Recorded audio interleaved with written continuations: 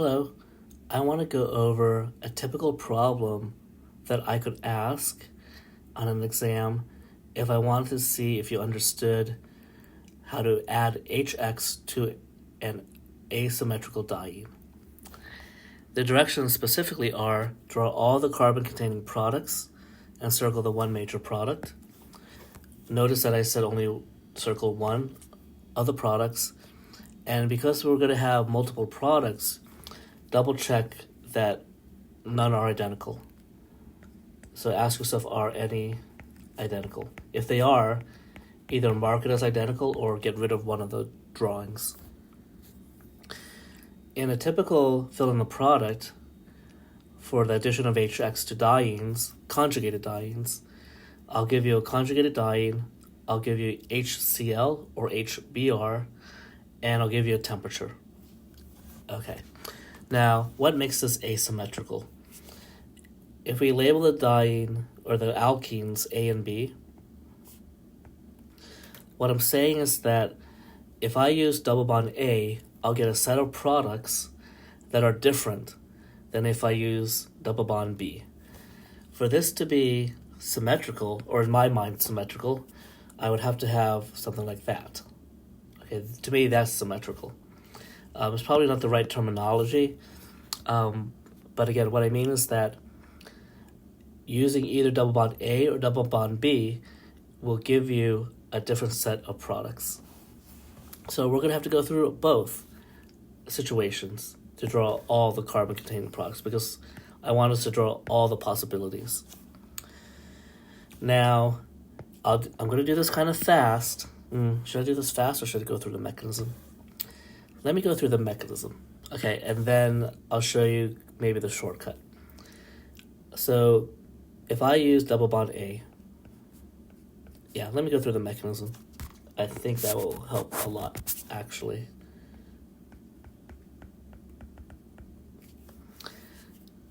I have HCl. This is a reaction that you learned in Organic Chemistry 1, but you learned it with only one double bond, not as a conjugated diene. Now the issue is this. Where do I put the H and where do I get the carbocation? Remember, each carbon gets something. And I'm going to make the carbocation right here, meaning that this carbon on the left got the hydrogen. This carbon will be the carbocation. Now, you might ask why, or maybe not. Why did I choose to put the carbocation here? Not because it's tertiary. What's more important is that it is allylic. So you are always forming an allylic carbocation because it is resonance stabilized. I'm not going to show you the resonance stabilization right now. I'm going to show you the first product that I would draw and simply put the chlorine on the carbocation. And this is product number 1. Product number 1 is...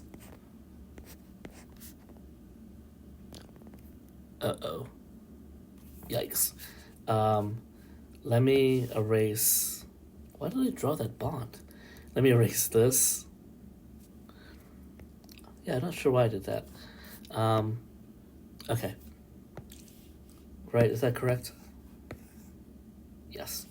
And so my chlorine is here now. And I have this. I get the allylic chloride. So it's all about making sure you have allylic intermediates and allylic products. Do you remember what allylic means? It is on the carbon next to the double bond. So I'm looking at this carbon, that's allylic. And I'm looking at this carbon, that's allylic, and the chlorine is on the allylic carbon. Okay, this is product number 1. So this came, again, from double bond A. Okay, now I mentioned that the carbocation is resonance stabilized. So to draw the mechanism, I would redraw the carbocation and then show the resonance. The resonance gives us a new carbocation or new contributor, maybe. It just depends if the molecule gives it or not. yeah, those two are different, for sure. These two are different contributors. And then when we do the chlorine, let's draw it up this way. Okay, we should get, it looks like a different product. And you have to verify. Don't just assume that you have a different product. So I have now this. So those are my two products coming from double bond A. The two products coming from double bond B, let's go through that same process.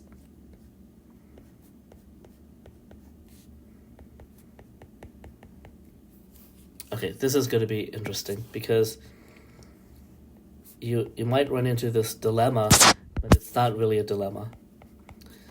Where do I put the plus charge? Some people will be tempted to put it here, tertiary, which is a good, guess, but allylic beats tertiary, any allylic. So I know that's secondary allylic, secondary because this carbon is a secondary carbon, and this is tertiary, you still go for the allylic, okay? So go for the allylic again.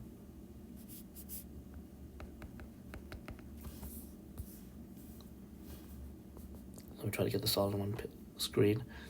Carbo, cation. You did create Cl minus. Let's draw this better.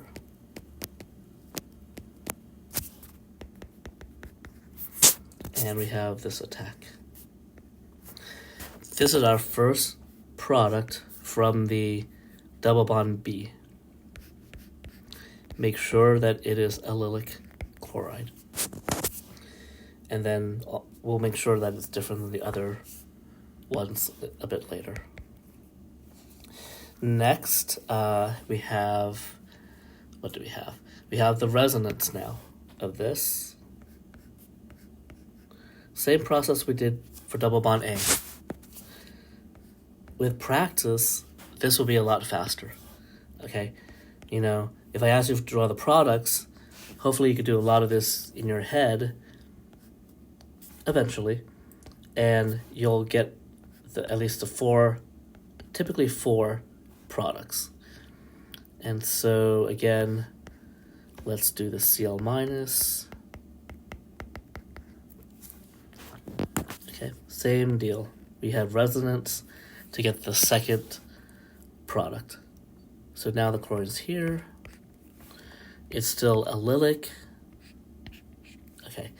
Do you see the four products, by the way?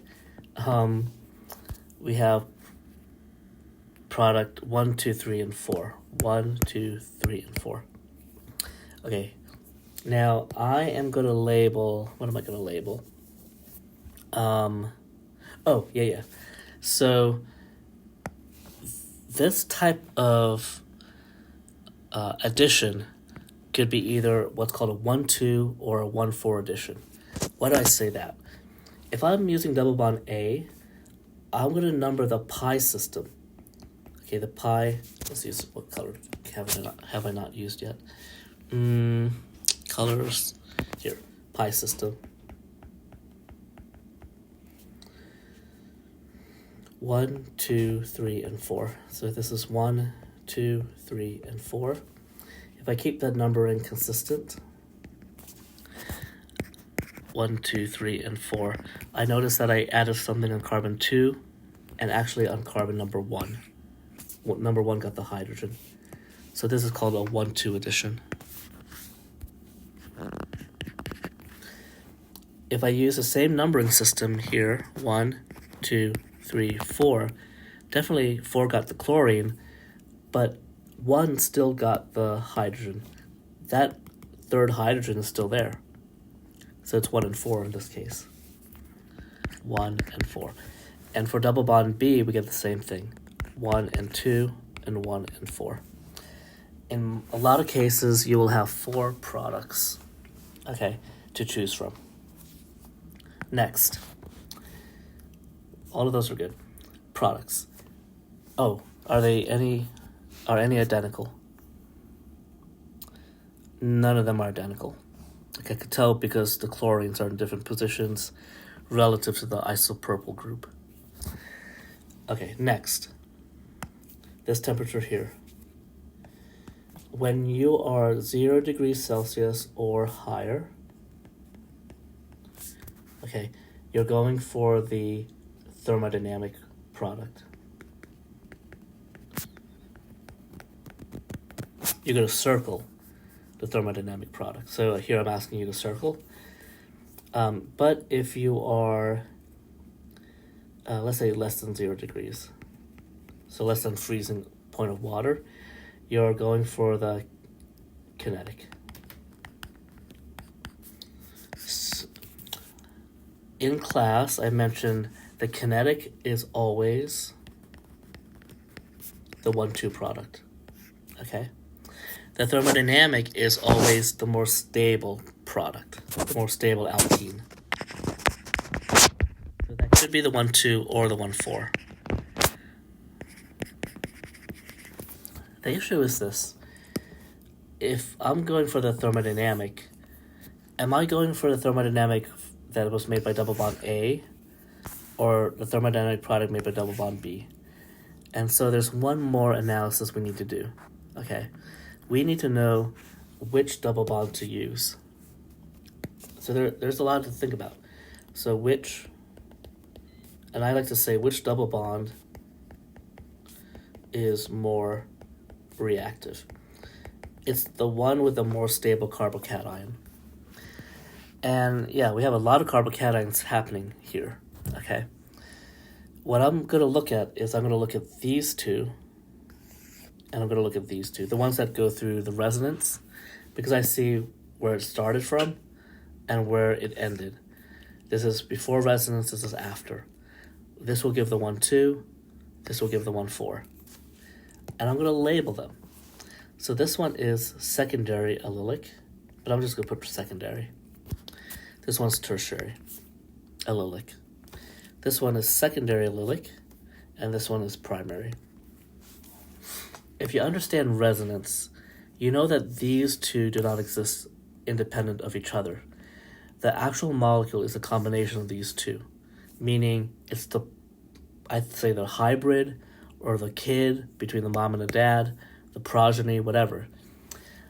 So I'm asking you now, which kid is most stable? The kid coming from these two or the kid coming from these two? Well, you're going to average the substitution. Like this is tertiary, this is secondary. So the kid is halfway between a secondary and a tertiary. That's pretty good. This kid is halfway between a primary and secondary. That is less substituted, less stable than this kid. So if I'm looking for the winner, you're looking for the most stable hybrid.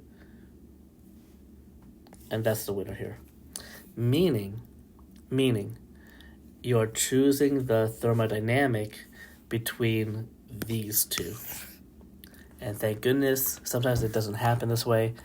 Sometimes it's very ambiguous. But here we have a clear winner. This double bond is tertiary. Oh, sorry, not tertiary.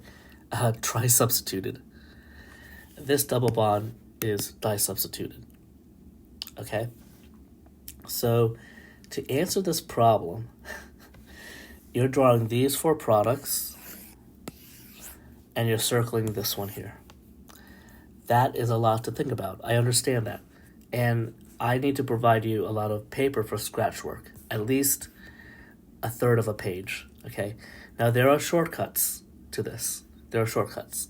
Like, you don't have to draw the mechanism if I ask you for the products. So, the shortcut is this. Could you have drawn the 2 contributors for double bond A when it's converted to a carbocation? If you could draw these 2 on a scratch sheet of paper, you could easily draw these 2. Now, if you're good enough to draw the 4 products without going through all of this, that's great. I think it's a little bit harder to figure out who the winner is if I don't see the carbocations. Okay, but maybe you can. Like, obviously, this came from a secondary carbocation. This came from a tertiary carbocation. So you could do your averaging here and say, oh, okay, the hybrid that resulted in these two is more stable than the hybrid that resulted in these two, secondary, primary. So if you could do that, you don't even need scratch paper, right? You could go directly to the 1-2 addition, 1-4 addition. Okay. Do you want me to show you how I would do this problem? Actually, let me do another problem, and then I'll show you how I would do it on an exam. Okay. And I'll challenge myself. I'm only going to give myself this much room.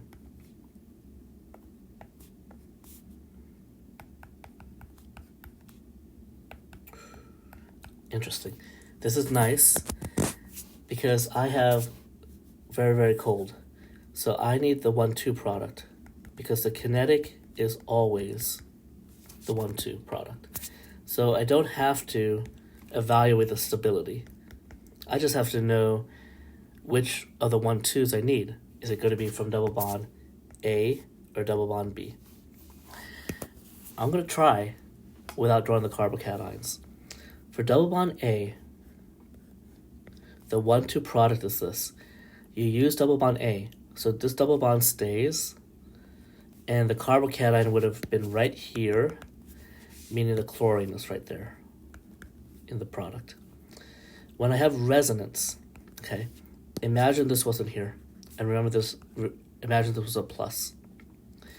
You would have shifted this over and have the plus now here. So make sure you draw the double bond shifted over. The plus charge here gets the chlorine. For sure, this is the 1-2, this is the 1-4, and they are different. This is from double bond A, by the way. Both are from double bond A. Let's do the one for B. So we also get these two products. I'm going to assume it's 2. We'll double check. So the plus charge is here. That's where the bromine goes. Sorry, chlorine. When I do the resonance, there was a plus charge here, and I shifted this, making a plus charge here now. So don't forget to shift your double bond, and now the plus charge was there, and that's the chlorine. Definitely 1 is 1-2. Oh man, I hope this doesn't create problems. This is 1-4, but I will take off points if you don't tell me that these two are identical. Okay, either erase one of them or tell me they're identical. And this comes from double bond B. What does this mean, by the way? We don't have a 1-2 and 1-4. We just have a product, like either that one or that one. They're the same. Also, for this set of molecules, we don't have one being kinetic and one being thermodynamic. Because they're the same molecule, one is considered both the kinetic and thermodynamic. I do want the kinetic, okay, but I don't know yet which one, right? I have two choices, either this one and I can circle either this or this because they're identical. So who's the winner? We are doing this analysis. So let me copy and paste. Yikes. And then get, oh boy. Oh no.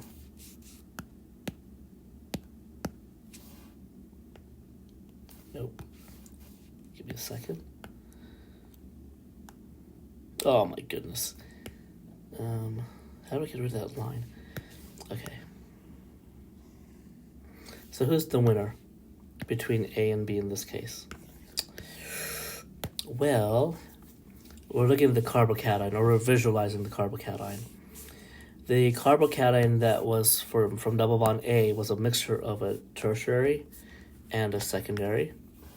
For double bond B, it was a mixture of a secondary and a secondary. Ooh, very good. Double bond A is the winner, so I'm not even worried about these being identical. You have to write they're identical, but I'm choosing between these two, and the kinetic is always the 1, 2. Okay? With a limited amount of space and limited time, you should be able to draw the 4 products and circle the major one. To circle the major one, you need to know whether you're going for the kinetic or thermodynamic, and you need to know which double bond is the winner.